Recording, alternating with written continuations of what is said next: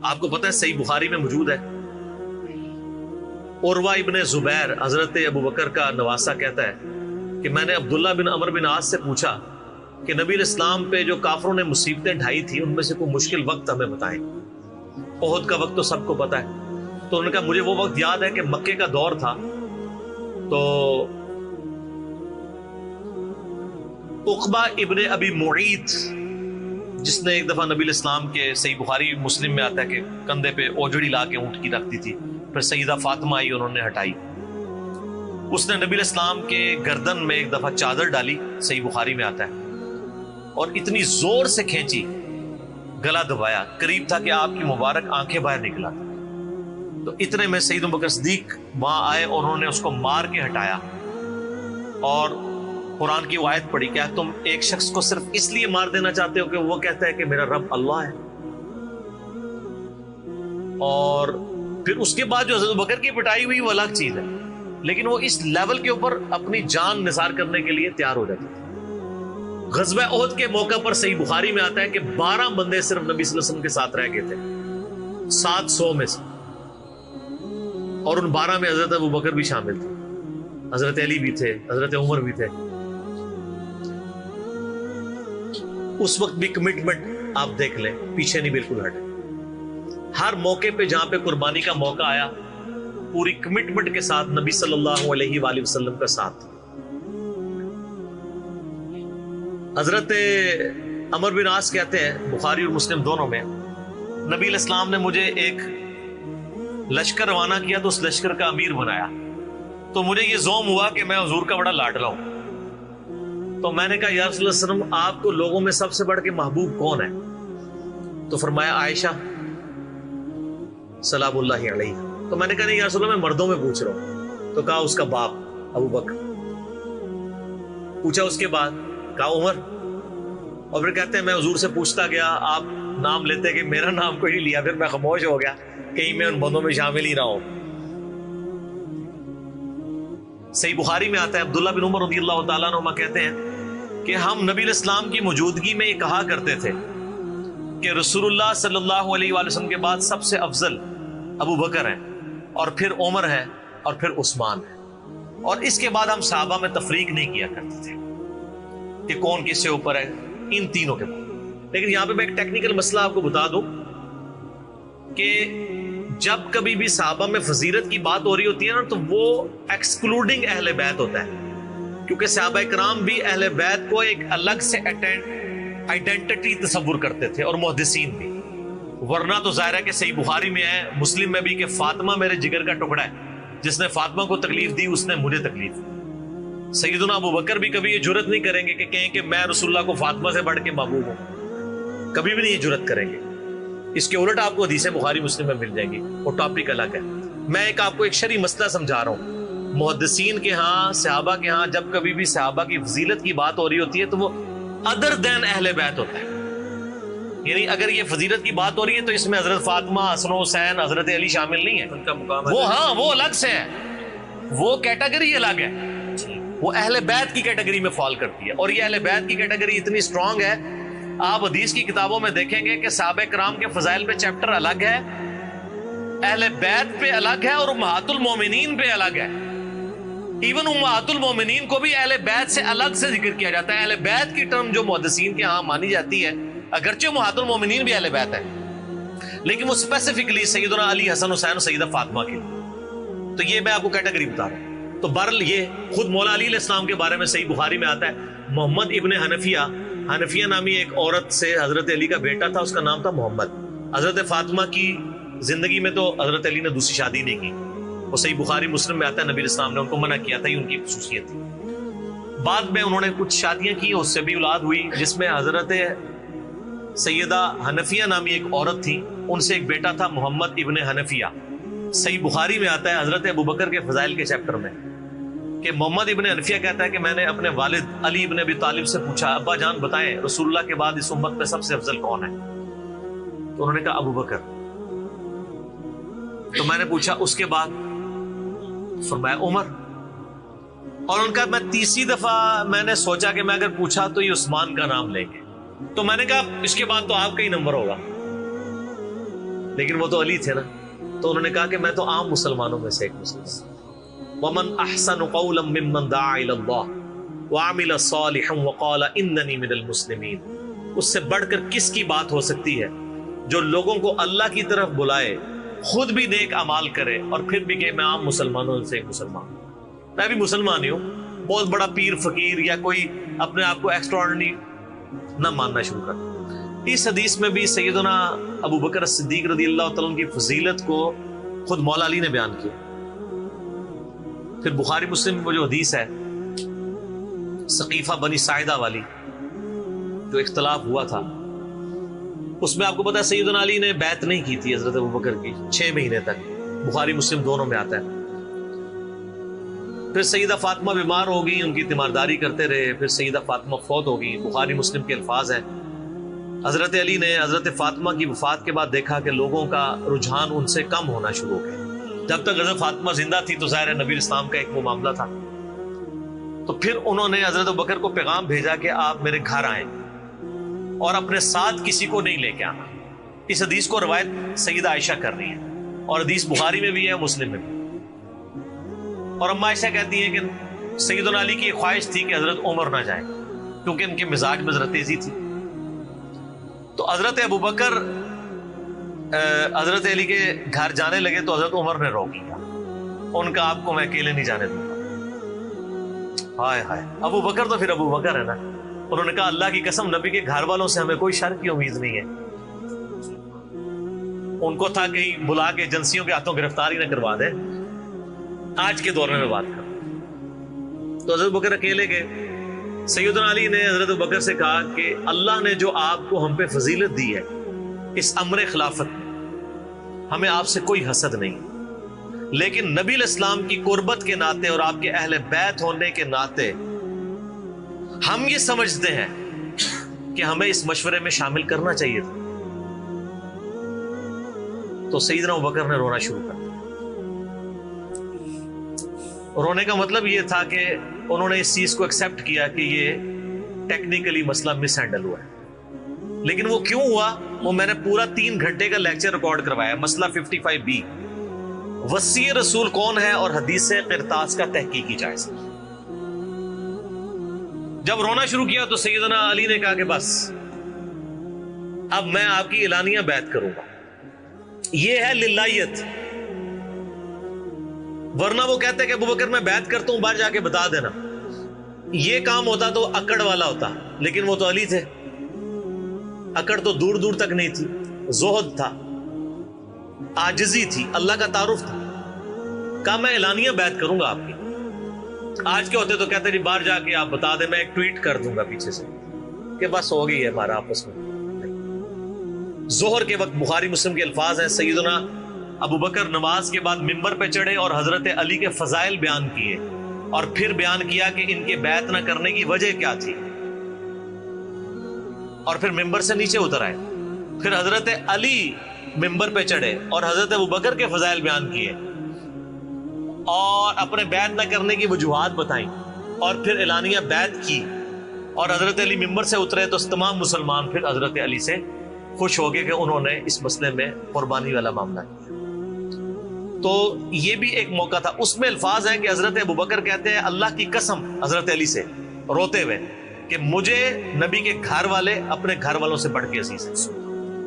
اور آپ کو مزے کی بات بتاؤں، صحیح بخاری میں ایک کریٹیکل حدیث ہے حسن حسین کے چیپٹر کے اندر، امام بخاری نے ڈالی ہے. وہ امہات المومنین کے چیپٹر میں نہیں ہے، حسن حسین والے چیپٹر میں ہے کہ حضرت ابو بکر کہتے ہیں کہ رسول اللہ کے قرب کو ان کے اہل بیت کے قرب میں تلاش کرو. کون کہہ رہے ہیں؟ حضرت ابو بکر. اور اہل بیت سے مراد کون؟ سیدنا حسن حسین. کیونکہ امام بخاری نے اس حدیث کو حضرت ابو بکر کے قول کو حضرت حسن حسین والے چیپٹر میں لیا کہ محمد صلی اللہ علیہ وآلہ وسلم کی قربت کو ان کے اہل بیت کی قربت میں تلاش کرو. تو سیدنا ابو بکر صدیق رضی اللہ تعالیٰ عنہ کو نبی الاسلام سے نسبت رکھنے والی ہر چیز بڑی بڑھ کر محبوب تھی، چاہے وہ آپ کے اہل بیت ہوں یا آپ صلی اللہ علیہ وآلہ وسلم کی قریبی کو رشتہ دار ہوں، ہر معاملے میں. اس لیے آپ دیکھیں نا کمپرومائز آپ کو کہیں نظر نہیں آتا. سر بخاری میں آتا ہے کہ صلح حدیبیہ کے موقع پر حضرت عمر سے بھی تھوڑی سی مس ہینڈلنگ ہو گئی تھی یا رسول اللہ ہم کیا حق پہ نہیں ہیں، پھر دب کے کیوں صلح کر رہے ہیں؟ حضور نے فرمایا کہ میں اللہ کا پیغمبر ہوں۔ پھر بھی تسلی نہیں، حضرت ابوبکر کے پاس آئے، پھر حضرت ابوبکر نے ڈانٹا کہ عمر وہ اللہ کے پیغمبر ہے۔ اور حضرت عمر کہتے ہیں مجھے پوری زندگی اس چیز کا غم رہے گا کہ میں نے بڑی جرت دکھائی۔ الٹیمیٹلی ثابت ہوا کہ صلح حدیبیہ والا جو معاملہ تھا وہ مسلمانوں کے حق میں شامل ہوا، لیکن حضرت ابوبکر کا آپ ایمان کا لیول دیکھیں کہ وہ سرکمسٹانسز پہ نہیں جاتے تھے، وہ کہتے تھے اللہ کے پیغمبر نے فیصلہ کیا، الٹیمیٹلی اسی میں خیر ہو۔ ان کا ایمان اس لیول کا تھا کہ وہ عقلی دلائل کو بعد میں رکھتے تھے، اور وہاں پہ بھی آپ کو نظر آیا ہے۔ اور انہوں نے حضرت عمر کو کہا کہ عمر وہ اللہ کے پیغمبر ہیں، جو فیصلہ کر رہے ہیں وہ ٹھیک ہے۔ اسی لیے ہر مسئلے میں آپ کو احتیاط کا پہلو نظر آتا ہے۔ پھر بخاری میں آتا ہے جب مرتدین زکات تھے، حضرت عمر جیسے لوگ بھی کہہ رہے تھے اتنے معاذوں پہ آپ جنگ نہ کھولیں، پہلے کچھ قبائل مرتد ہو گئے ہیں، رومن امپائر چڑھی دوڑی ہے، پرشین امپائر کے ساتھ ہم نے سارے معاملات شروع کیے ہوئے ہیں، اتنے معاذوں پہ ہم کیسے لڑیں گے؟ تو سیدنا ابوبکر نے کیا کہا تھا؟ اللہ کی قسم کو رسول اللہ کے زمانے میں جانور دیتا تھا اور اس کے ساتھ ایک رسی بھی دیتا تھا، اور اب نہیں دے گا نا میں اس کے خلاف بھی قتال کروں گا، اکیلا مجھے کرنا پڑے۔ جس طرح نماز اللہ کا حق ہے، اسی طریقے سے زکات بھی اللہ کا حق ہے۔ جو نماز اور زکات میں فرق کرے گا میں اس کے خلاف قتال کروں گا۔ وہ ریٹ آف دی گورنمنٹ کو چیلنج کر رہا ہے۔ حضرت عمر کے الفاظ ہیں بخاری میں کہ اللہ تعالیٰ نے ابوبکر کا سینہ کھول دیا تھا اس مسئلے میں، اور ابوبکر کی باتیں سن کے ہمارا سینہ بھی کھل گیا، حالانکہ پورے صحابہ ایک طرف کھڑے تھے، ابوبکر ایک طرف کھڑے ہوئے تھے۔ ان کی جو نبی علیہ السلام سے کمٹمنٹ تھی نا وہ ان کو ہٹنے نہیں دیتی تھی۔ صحیح بخاری میں آتا ہے، آپ کو پتہ ہے لشکر اسامہ کے اوپر بڑے بڑے صحابہ نے اعتراض کیا کہ یہ اسامہ تو کل کا بچہ ہے 15-16 سال کا، اتنے سینئر صحابہ اس کے انڈر لگا دیے ہیں۔ نبی علیہ السلام نے وفات کی وصیت کی تھی کہ لشکر اسامہ بھیجنا ہے، اور رومن امپائر کیونکہ انہی کے باپ شہید ہوئے تھے نا، زید ابن حارثہ غزوہ موتا کے اندر۔ اب جب وفات نبی علیہ السلام کی وفات ہوئی تو پھر لوگوں کو آ کے لوگ مشورے دے رہے ہیں حضرت ابوبکر کو کہ اب تو آپ نے ڈیسیژن کرنا ہے تو اسامہ کو چینج کر دیں۔ ہائے ہائے، انہوں نے کہا میں اسامہ کو جس کو نبی علیہ السلام نے امیر مقرر کیا میں اس کو چینج کروں؟ یہ ہو بھی نہیں سکتا۔ یہ ان کی کمٹمنٹ کا لیول تھا۔ تراویح کی جماعت نہیں شروع کرائی، سر کمٹمنٹ کا لیول دیکھیں۔ بھئی نبی علیہ السلام نے نہیں کرائی، میں نے بھی نہیں کرانی۔ حضرت عمر نے بھی 3 سال نہیں کی، بعد میں کروائی، لیکن اس میں ساتھ ہی انہوں نے، صحیح بخاری میں موجود ہے کہ اس سے افضل یہ ہے کہ جو رات کے آخری پہر میں اٹھ کے کوئی گھر میں نماز پڑھ دیں، یہ صرف جواز کیا تک۔ لیکن حضرت ابوبکر کی اطاعت کا لیول آپ دیکھیں، انہوں نے تراویح کی جماعت بھی نہیں شروع کروائی کہ نبی علیہ السلام نے نہیں کروائی، میں کیوں کرواؤں؟ بخاری میں الفاظ ہیں، عائشہ کہتی ہیں نبی علیہ السلام نے جب وہ ڈانٹ دیا تھا نا اور کہا تھا گھروں میں نماز پڑھو، تو معاملہ اسی طرح ہی رہا۔ پھر حضرت ابوبکر نے بھی پوری زندگی کسی کو تراویح پہ نہیں ابھارا، سب لوگ اپنی اپنی پڑھتے تھے۔ حضرت عمر کے بھی 3 سال گزرے۔ میں آپ کو یہ بتانا چاہ رہا ہوں کہ حضرت ابوبکر کسی معاملے میں رسول اللہ صلی اللہ علیہ وسلم کو کراس نہیں کرتے تھے۔ میری اپنی زندگی کا نچوڑ ہے، آپ اختلاف بھی کر سکتے ہیں۔ میں نے علمی دلائل کے ساتھ یہ چیز لرن کی ہے کہ خلفائے راشدین میں 2 بندے ایسے ہیں جنہوں نے کسی جگہ ایک رتی برابر بھی رسول اللہ صلی اللہ علیہ وسلم سے ہٹنے کی کوشش نہیں کی ہے۔ ایک حضرت ابوبکر اور دوسرے حضرت علی۔ حضرت عمر اور عثمان کی زندگی میں آپ کو کئی واقعات ایسے ملیں گے کہ انہوں نے اجتہاداً کچھ ایسے کام کیے ہیں جو بعد میں ان کو ریورس کرنے پڑے ہیں، انہوں نے اپنے اجتہاد سے کیے، ان کا معاملہ اللہ کے سپرد۔ لیکن حضرت ابوبکر اور حضرت علی جو تھے، یہ 2 پرسنالٹیز ایسی تھیں کہ ان میں جو سنت کو فالو کرنے کی کمٹمنٹ تھی نا وہ ایسی تھی کہ وہ اپنی عقل کو دوسرے نمبر پہ رکھتے تھے۔ ابو داؤد میں حدیث نہیں، حضرت علی کہتے ہیں اگر عقل پہ جانا ہوتا نا تو میں پاؤں کے نیچے کا مسا رکھتا موزوں پہ، کیونکہ وہ گندا تو وہ ہوتا ہے ایسا، لیکن سنت کہتی ہے اوپر، کہتا اوپر پہ حج تمتع۔ ایون صحیح بخاری میں آتا ہے جب قرآن جمع کرنے کی باری آئی تو کس نے مخالفت کی؟ حضرت ابوبکر نے۔ میں وہ کام کیوں کروں جو رسول اللہ نے نہیں کیا؟ پھر صحابہ سے ڈیبیٹ ہوئی، الٹیمیٹلی حضرت ابوبکر صدیق قائل ہوئے۔ ان کا پہلا جواب ہمیشہ ہوتا تھا نا، نبی نے نہیں کیا، نہیں کرنا۔ اب میرے ساتھ بحث کرو، قائل ہوں گا اور دیکھوں گا کیا رسول اللہ کی منشا اس میں شامل تھی تو میں ایگری کروں گا، ادروائز نہیں۔ اسی وجہ سے حج تمتع پہ بھی پابندی نہیں لگائی، حضرت عمر نے لگائی، بعد میں ریورس کرنی پڑی، حضرت عثمان نے بھی لگائی، پھر ریورس کرنی پڑی، صحیح بخاری میں آتا ہے حضرت علی نے مخالفت کی۔ لیکن حضرت بکر کی زندگی میں آپ کو سنت کے ساتھ کمٹمنٹ کا یہ لیول ملے گا، کبھی ان کو کوئی ڈیسیژن ریورس نہیں کرنا پڑا۔ ان کی نبی علیہ السلام کے ساتھ جو عقیدت تھی نا، اور ہر معاملے میں، حتیٰ کہ صحیح بخاری اور مسلم میں آتا ہے، اور نبی علیہ السلام کا کیا ریگارڈ ہے، بخاری مسلم دونوں میں آتا ہے کہ نبی صلی اللہ علیہ وآلہ وسلم نے یعنی بیماری کے دن تھے آپ کے، آپ نے فرمایا کہ ابو بکر کو میری جگہ نماز پڑھائے. تو حضرت عائشہ کہتی ہیں کہ میں نے کہا یا رسول اللہ صلی اللہ علیہ وسلم میرے باپ جو ہے رقیق القلب ہیں، آپ کی جگہ مصلی پہ کھڑے ہوں گے نا تو وہ برداشت نہیں کر سکیں گے کہ یہ دن بھی دیکھنا پڑا کہ اللہ کے نبی مصلی پہ نہیں آئے اور میں ان کی جگہ کھڑا ہوں، تو نماز نہیں پڑھا پائیں گے. تو آپ فرمایا لا، ابو بکر کو کہو کہ نماز پڑھائیں. پھر انہوں نے ریکویسٹ کی، نبی علیہ السلام اتنے غصے میں آئے. بخاری اور مسلم کے الفاظ ہیں، آپ نے فرمایا تم تو یوسف والیاں ہو. ہوئے ہوئے ہوئے، یوسف کو کس نے تنگ کیا تھا؟ زلیخا اور باقی عورتوں نے. کتنی نٹوریس مثال تھی اگر آپ کمپیئر کرنا شروع کریں. بالکل 100% بٹھائیں تو حضرت یوسف کو تنگ کیا نا، اپنی طرف مائل کرنا چاہتی تھی. یہاں پہ وہ والا نیگیٹو پہلو نہیں تھا، لیکن یہاں پہ نبی علیہ السلام نے اپنی بیویوں کو کیا کہا، تم بھی یوسف والیاں ہو. جس طرح ان عورتوں نے یوسف کو اپنی مرضی کے مطابق چلانے کی کوشش کی تھی، تم مجھے اپنی مرضی کے مطابق چلا رہی ہو. ابو بکر کو کہو کہ نماز پڑھے. اتنی کمٹمنٹ. پھر انہوں نے نماز پڑھائی. صحیح بخاری میں آتا ہے، اما عائشہ کہتی ہیں حضور اپنی وفات کے دنوں میں کہتے تھے، عائشہ میرا ارادہ ہے میں تیرے بھائی عبد الرحمن بن ابی بکر اور تیرے باپ ابی قحافہ ان کی یعنی وہ نیت تھی، اس کو بلاؤں اور ان کو میں لکھ دوں. مجھے خطرہ ہے کہ میرے بعد کوئی ڈیمانڈ کرے گا، لیکن اللہ اور میری امت ابو بکر کے علاوہ کسی کے لیے راضی نہیں ہوگی. یہ تو بعد میں پتہ چلا نبی علیہ السلام اشارتاً کیا بات کر رہے تھے، امر خلافت. اس حدیث کے تحت میں نے 55B مسئلے میں بتایا کہ نبی علیہ السلام اگر اپنی زندگی میں کسی کو خلیفہ نامزد کرتے تو حضرت ابو بکر کو کر کے جاتے، کیونکہ نبی علیہ السلام بادشاہ نہیں تھے، اللہ کے پیغمبر تھے. آپ اپنے خاندان میں کبھی بھی یہ معاملہ نہیں کر سکتے تھے، اور یہ بات صحابہ کرام کو پتہ تھی. لیکن جب اللہ نے آپ کو گارنٹی دی کہ اللہ اور میری امت ابو بکر کے علاوہ کسی پہ راضی نہیں ہوگی، تو پھر نبی علیہ السلام نے اس مسئلے کو ان اٹینڈڈ چھوڑ دیا. بخاری میں ہی آتا ہے، ایک عورت حضور کے پاس آئی اور کہا یا رسول اللہ آپ فوت ہو جائیں اور میں اس کے بعد آؤں اور آپ کو نہ پاؤں، تو فرمایا ابو بکر سے مل لینا میرے بعد. تو اشارے تو کافی آپ نے چھوڑے ہوئے تھے اس حوالے سے. صحیح بخاری مسلم میں حدیث ہے، نبی علیہ السلام ایک باغ میں بیٹھے تھے، ابو موسیٰ اشعری کہتے ہیں دروازے پہ دستک ہوئی، آپ فرمایا جو کوئی بھی ہے اسے جنت کی بشارت دے دو. کہا دروازہ کھولا سیدنا ابو بکر. میں نے کہا رسول اللہ صلی اللہ علیہ وسلم نے جنت کی بشارت دی. تو انہوں نے کہا کہ تکبیر بلند کی اور اللہ کا شکر ادا کیا، اللہ اکبر کبیرہ والحمدللہ کثیرہ.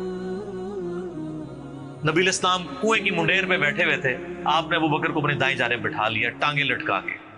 وہ جو پرانے زمانے میں بڑے کنویں ہوتے تھے نا، وہ چھوٹی سی دیوار باہر نکلی ہوئی ہوتی. پھر تھوڑی دیر بعد دستک ہوئی، آپ فرمایا اب بھی جو آتا ہے جنت کی بشارت دے دو. دروازہ کھولا سیدنا عمر، ان کو بشارت دی. انہوں نے بھی پھر اللہ کی حمد اور تکبیر بلند کی. پھر تیسری دفعہ دستک ہوئی، فرمایا اب جو کوئی ہے اسے جنت کی بشارت دو، لیکن ان مصیبتوں اور پریشانیوں کے ساتھ جو اسے آئیں گی. دروازہ کھولا تو سیدنا عثمان تھے. انہوں نے اللہ کی حمد بیان کی اور کہا میں اللہ کی پناہ میں آتا ہوں ان فتنوں سے اور پریشانیوں سے جسے مجھے اس کا سامنا کرنا. حضرت عمر کو حضور نے بائیں جانب بٹھا لیا. اب دائیں اور بائیں جگہ ختم ہو گئی تھی، تو حضرت عثمان سامنے آ کے بیٹھ گئے. راوی کہتے ہیں کہ میں نے اس سے یہ رزلٹ نکالا ہے کہ ابو بکر و عمر رسول اللہ کے ساتھ دفن ہوں گے اور حضرت عثمان کی قبر رسول اللہ کے سامنے بنے. سر آج بھی میں حضرت عثمان غنی کی قبر مبارک پہ کئی دفعہ حاضر ہوا ہوں، ایگزیکٹ روزہ شریف کی سیدھ میں قدموں کی جانب، اور ابو بکر عمر ساتھ ہیں.